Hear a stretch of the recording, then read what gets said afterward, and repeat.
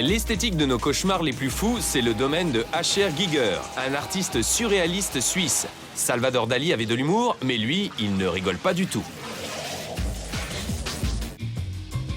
Le maître en personne passe en revue l'étrange mobilier de son royaume.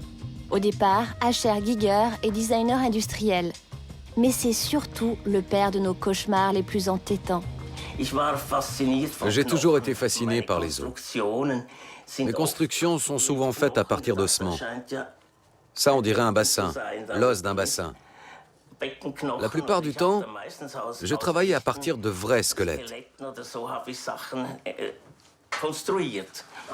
Ces visions d'horreur le révèlent au grand public au début des années 70.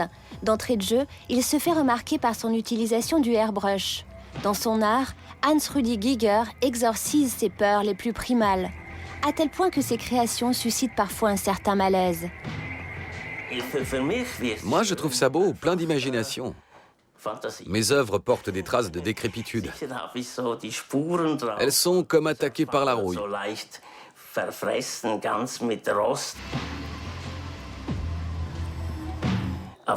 Le tout est complètement dingue. Ce sont des mutants. Dans le jardin, dépotoir de toutes les perversions, des nourrissons martyrisés. Le sexe et la mort sont omniprésents. Le fantôme de Freud et sa psychologie des profondeurs rôdent. Hans-Rudi Giger ausculte les phobies modernes de notre âme. La femme est immortalisée dans des représentations de prêtresses extraterrestres et de fées biomécaniques. Ce sont des choses peintes. Du coup, ce n'est plus aussi effroyable. C'est purgé de son horreur. Avec le film Alien, c'est la gloire au niveau planétaire.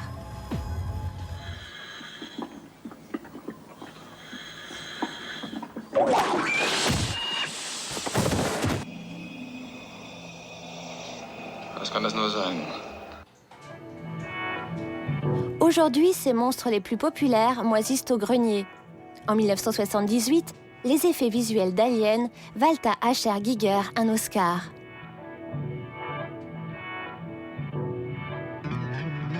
Le réalisateur Ridley Scott flashait depuis longtemps sur ses délires cauchemardesques. Vers le milieu des années 70, il prépare Alien et pense immédiatement à Giger pour créer le monstre du film. Giger ne parle pratiquement pas l'anglais et il ne comprend le scénario qu'à grand-peine. Mais il pressent tout de suite que le film fera date dans le cinéma d'horreur.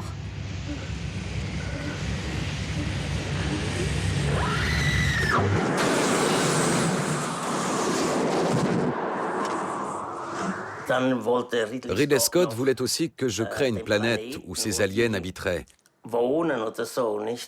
J'ai projeté tous mes univers biomécaniques dans ce travail.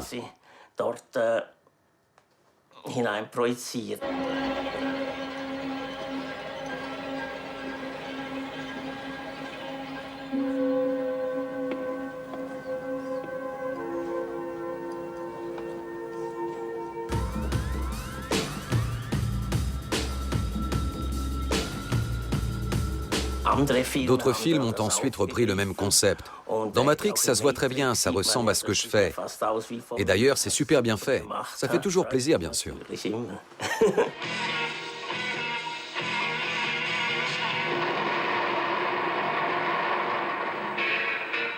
H.R. Giger est un fan de Debbie Harry. Quand elle lui demande de réaliser sa vidéo pour Backfired, il s'empresse d'accepter. J'ai créé une couverture d'album pour Debbie Harry, sur laquelle elle apparaissait transpercée par des brochettes. Il y avait des panneaux immenses dans le métro de Londres. Mais il a fallu les retirer parce que l'affiche a été interdite.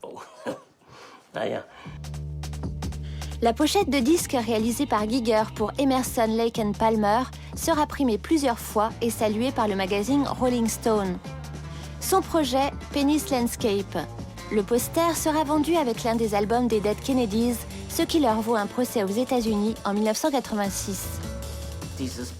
Cette photo, moi je l'appelle le paysage. Ça a suscité une telle polémique et un tel scandale que ça a complètement détruit le groupe, juste à cause de cette photo. H.R. Giger n'a jamais été sataniste, même s'il s'est intéressé de près à la littérature occulte. Il tague d'immenses autels dédiés à Satan. Son traumatisme natal, il le conjure en imaginant des machineries mécaniques délirantes. C'est une technique qui date du siècle dernier ou de celui d'avant. Une technique assez simple où on voit des roues de très grande taille, plusieurs roues en acier, qui mettent un élément en mouvement, comme une locomotive par exemple. Ça me fascine terriblement.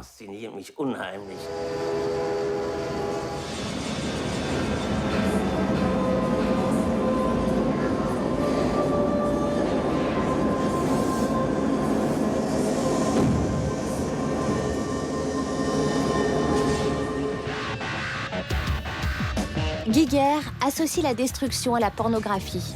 Des machines humanoïdes se délectent, vautrées dans un magma de plaisir et d'écœurement.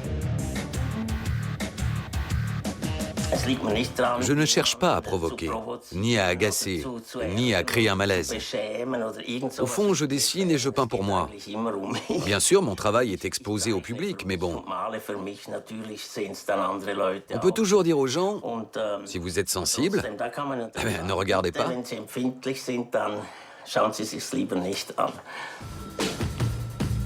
Ceux qui aiment ont le choix entre sa rétrospective à Vienne en Autriche jusqu'au 1er octobre et son musée à Gruyère en Suisse, avec possibilité de prendre un verre juste après dans un bar au design signé H.R. Giger. Voilà, Covid génial.